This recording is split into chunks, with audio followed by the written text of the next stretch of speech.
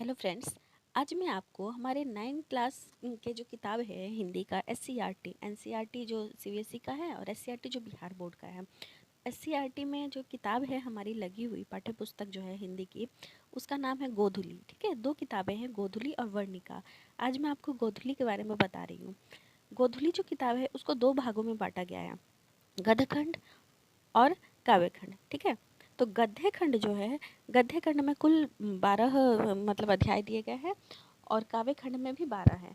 अब मैं आपको बताती हूँ कि हमारे चैप्टर जो है, हमारे जो पार्ट पढ़ना है हमें, उसका नाम क्या है। तो हम जब बीपीएससी की या उसकी मतलब बिहार स्टेट की तैयारी कर रहे हैं तो हमें ये ज़रूर पता होना चाहिए, मतलब आपको ये ज़रूर पता होना चाहिए कि हमारी जो किताब में पाठ लगे हुए हैं इसमें कहानी कौन सी है, निबंध कौन से हैं, रेखा चित्र कौन से हैं। ठीक है, इनके रचनाकार कौन कौन से हैं, इससे ज़रूर क्वेश्चन आपका बनेगा।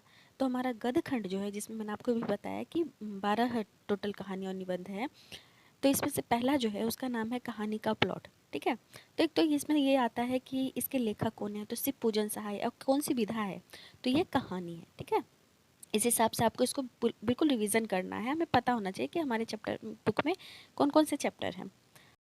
दूसरा है भारत का पुरातन विद्यापीठ नालंदा। ठीक है, ये निबंध है और निबंध किसने लिखा है, तो राजेंद्र प्रसाद, जो हमारे देश के पहले राष्ट्रपति थे, उनके द्वारा निबंध लिखा गया है और ये एससीईआरटी की किताब में संलिखित है। ठीक है, तीसरा है ग्राम गीत का मर्म, जिसे लिखा है लक्ष्मी नारायण सुधांशु ने, ये भी निबंध है। चौथा है लाल पान की बेगम, जो कि कहानी है फणीश्वरनाथ रेणु जी की। पांचवा है भारत चित्रपट मूल के सवा फिल्मों तक, ये निबंध है अमृतलाल नागर की।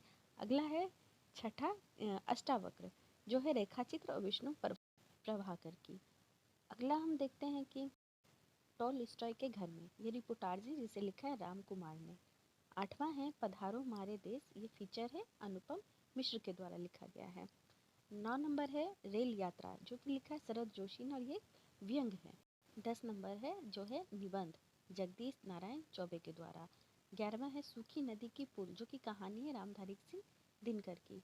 12वां और लास्ट है हमारे गद का शिक्षा में हेरफेर, जो कि शिक्षा शास्त्र से रिलेटेड है, लिखा है रविन्द्रनाथ ठाकुर ने। अब इसमें से आपको सब की ज़रूरत नहीं है, याद तो करना ही नहीं, आप एक दो बार इसको ऐसे ही देख लीजिएगा, आपको ध्यान पे आ जाएगा। इसमें से शिव पूजन सहाय द्वारा लिखा गया जो कहानी का प्लॉट है, इसको आप ज़रूर ध्यान रखिएगा। फिर ये अष्टावक्र, रेल यात्रा, ये 3-4 ऐसी हैं, या सूखी नदी, लाल पाल की बेगम, जो कि फणीश्वर नाथ रेणु जी की है। इतना भी आप ध्यान पे रखते हैं तो इससे आपके क्वेश्चंस बन जाएंगे। ठीक है, इनकी विधा जरूर ध्यान रखिएगा कि कौन सा कहानी है, कौन सा निबंध है। अब हम इसके काव्य खंड की ओर जाते हैं।